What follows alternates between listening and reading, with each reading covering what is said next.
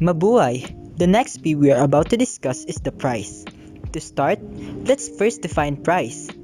Price is the amount of money that your customers have to pay in exchange for your product or service. It is said that the price of your product can determine whether your business will survive and grow or fail. That is why setting the right price on the products or services is vital in the business. First, we need to understand that the concept of pricing relative to the marketing mix can be viewed from two opposing perspectives: the perspective of the entrepreneur who produces the product and the perspective of the consumers who buy the product.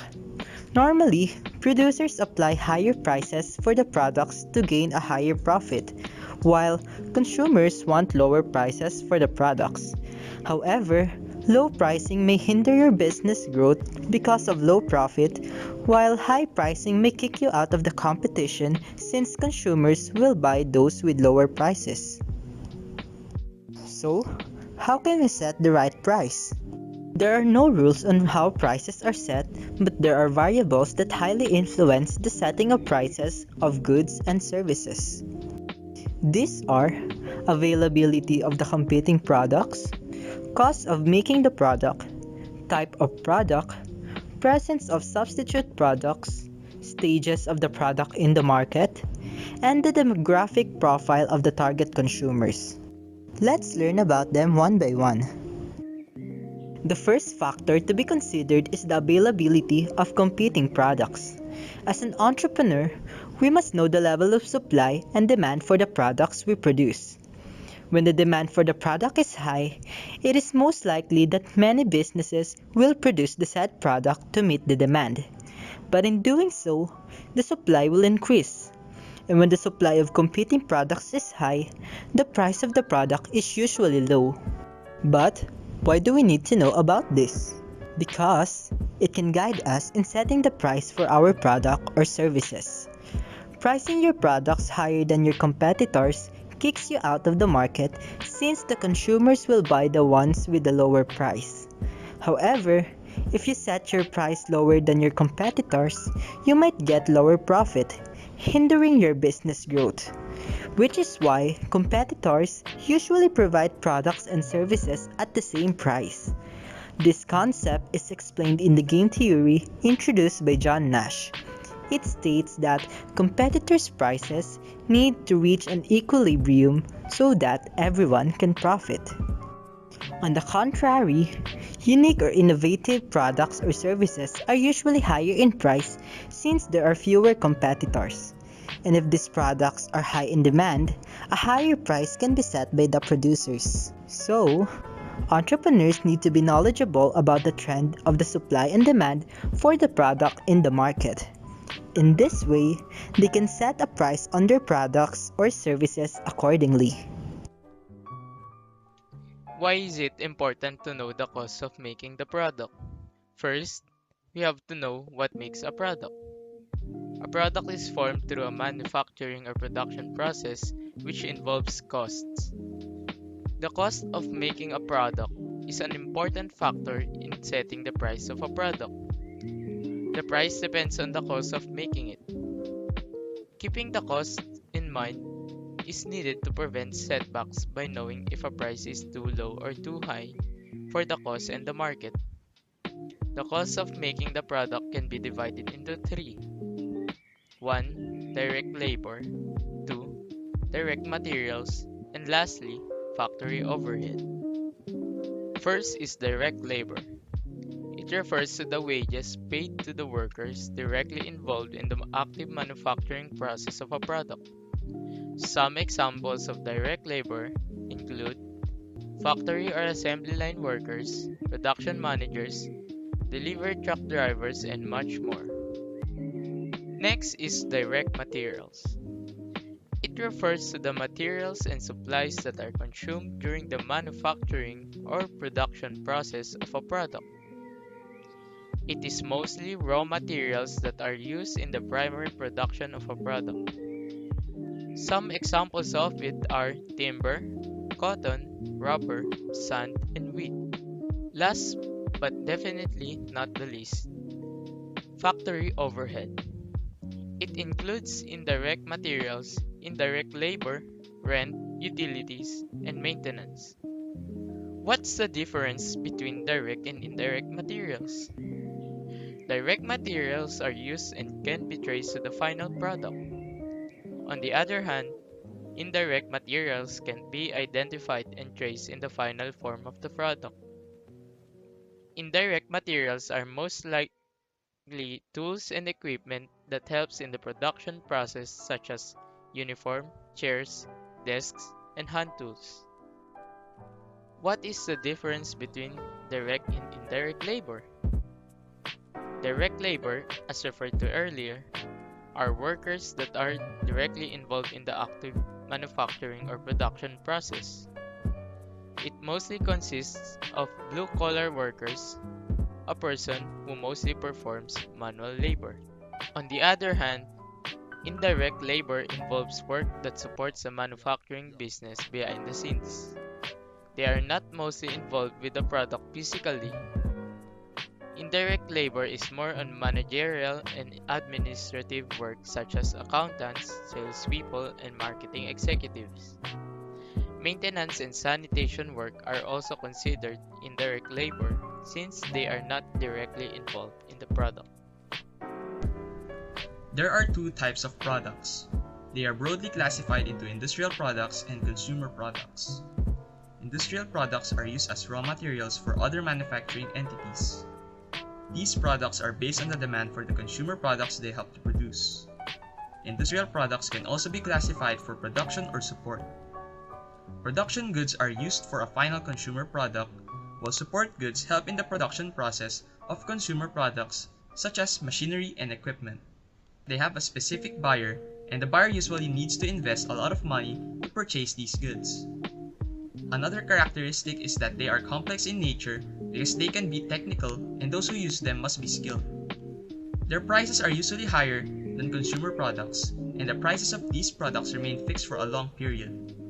Examples of an industrial product can be machinery, batteries, oil, power generator, and a lot more. On the other hand, consumer products are used and consumed by individual consumers. These tangible commodities are produced and purchased to satisfy the wants of a buyer. The classification of these products is entirely dependent on consumers. The price of consumer products may undergo several changes within a very short period depending on the situation. There are three types of consumer products. The first type is durable goods. These are goods that have a lifespan of 3 or more years. Common examples can be bicycles, furniture, and cars. The second type is non-durable goods. These products have a lifespan of fewer than 3 years. These products include beverages, food, and clothing. The third type is consumer services. Consumer services include convenience products that are ready to be purchased, shopping products which are planned before purchasing, highly priced products which are deemed to be luxuries, and unsought products which require a niche market. We can take note that the same product may be classified as a convenience product by one consumer but classified as a shopping product by another. The presence of substitute products is a huge threat to the primary product. To further explain this concept, let's look at it this way. Let's say that you buy and drink Coca-Cola on a regular basis, but suddenly they raise their prices. You think to yourself, maybe I should buy something cheaper, and opt to buy cans of Pepsi instead. You get basically the same product as what you usually consume, but at a cheaper and more convenient price. Let's say you suddenly wanted to play bowling. Going out for a single game is very costly, but you find out that your gaming console offers virtual reality bowling for a great price. You opt for the video game since it saves you money. Both Pepsi and the sports video game have one thing in common, and it's that they are both substitute products. There are two types of substitute products, direct and indirect.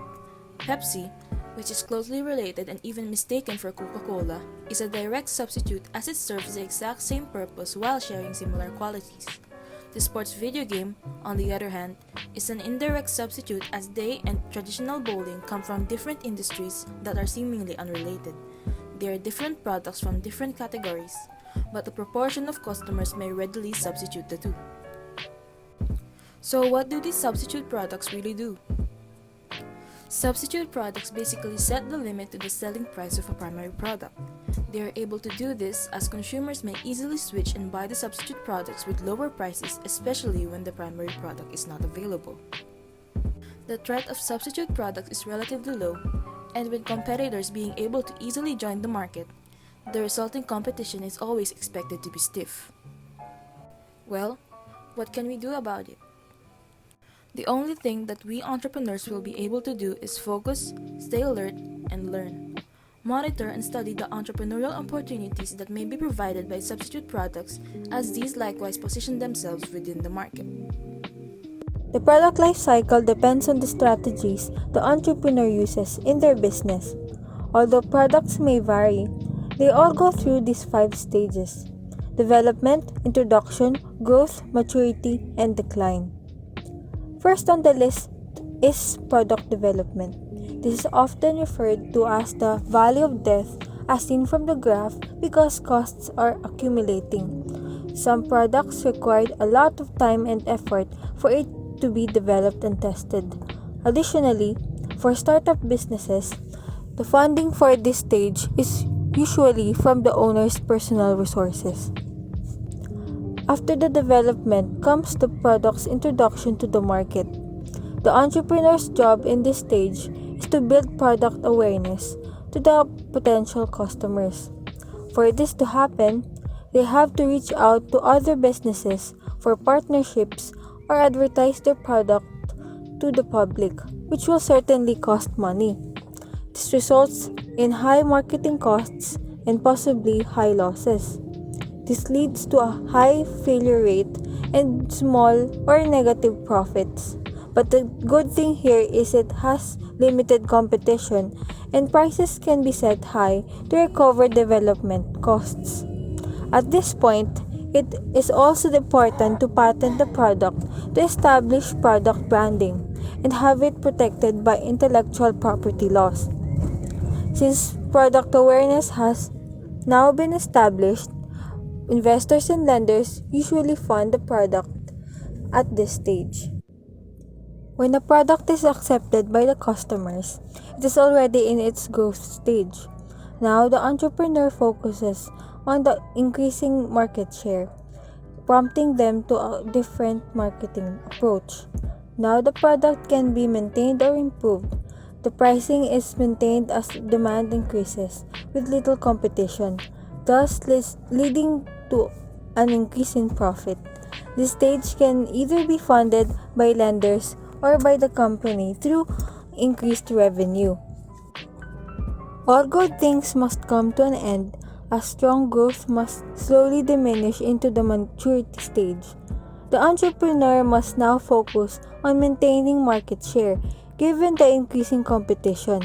This is when most products are introduced as new and improved or better than brand X, because this is when product differentiation becomes a crucial part of increasing market shares.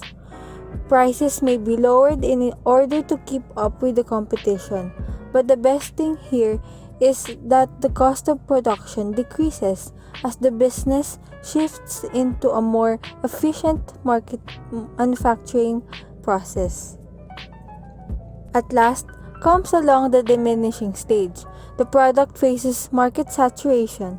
This is when a specific market is no longer providing new demand to a company.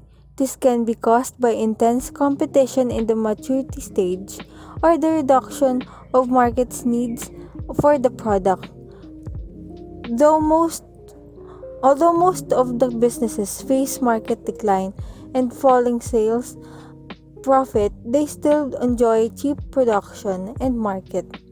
Now the entrepreneur has to make a choice, either to discontinue the product, sell manufacturing rights to the company is well suited to make the product more successful, rejuvenate the product by adding new features and finding new uses, or tap into new markets. Moving on to the last factor, the demographic profile of the target consumers. This highly influences the procedure of setting the most appropriate prices of the products and services, since the final buyers are the consumers.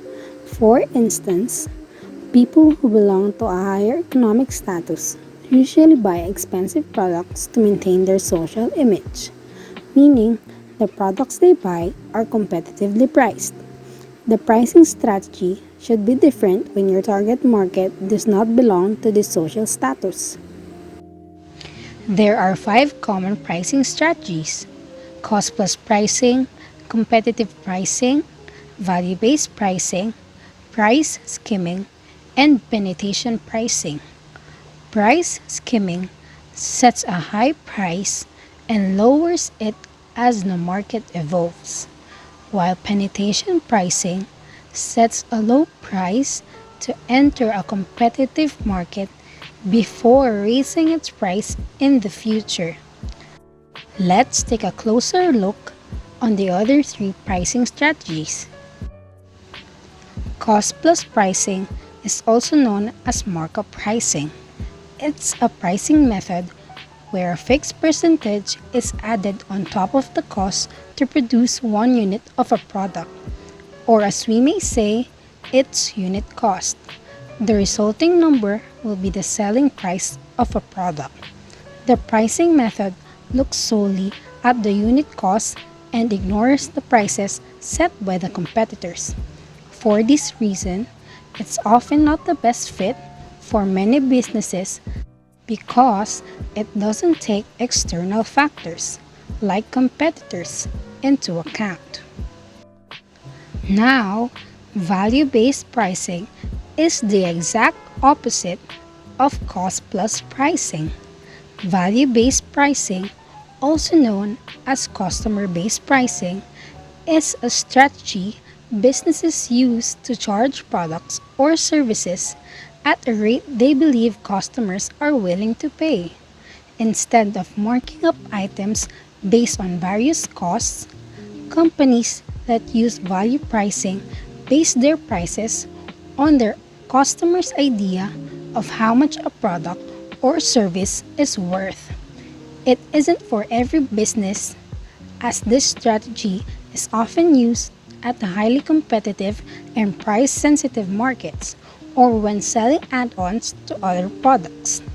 Companies, such as those in the fashion and technology industry, are better positioned to take advantage of this value pricing model.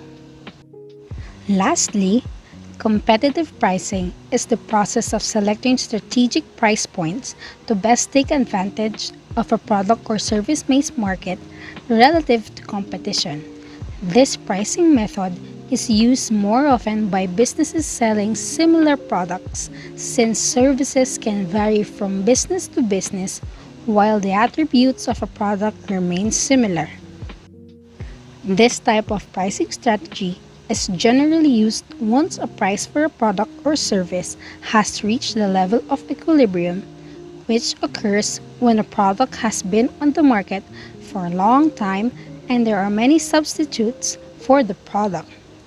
Businesses can either set it above the competition, which requires the business to create premium products, at the competition, which is used when the business is unable to anticipate competitor price changes, or below the competition, which requires the business to offer good services at a notable discount.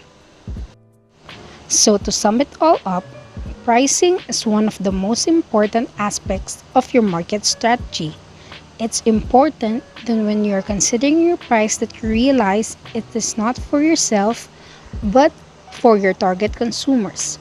All pricing strategies are two-edged swords. What attracts some customers will turn others off. You cannot be all things to all people, but remember that you want the customer to buy your product, which is why you must use a strategy that's appropriate for your target market.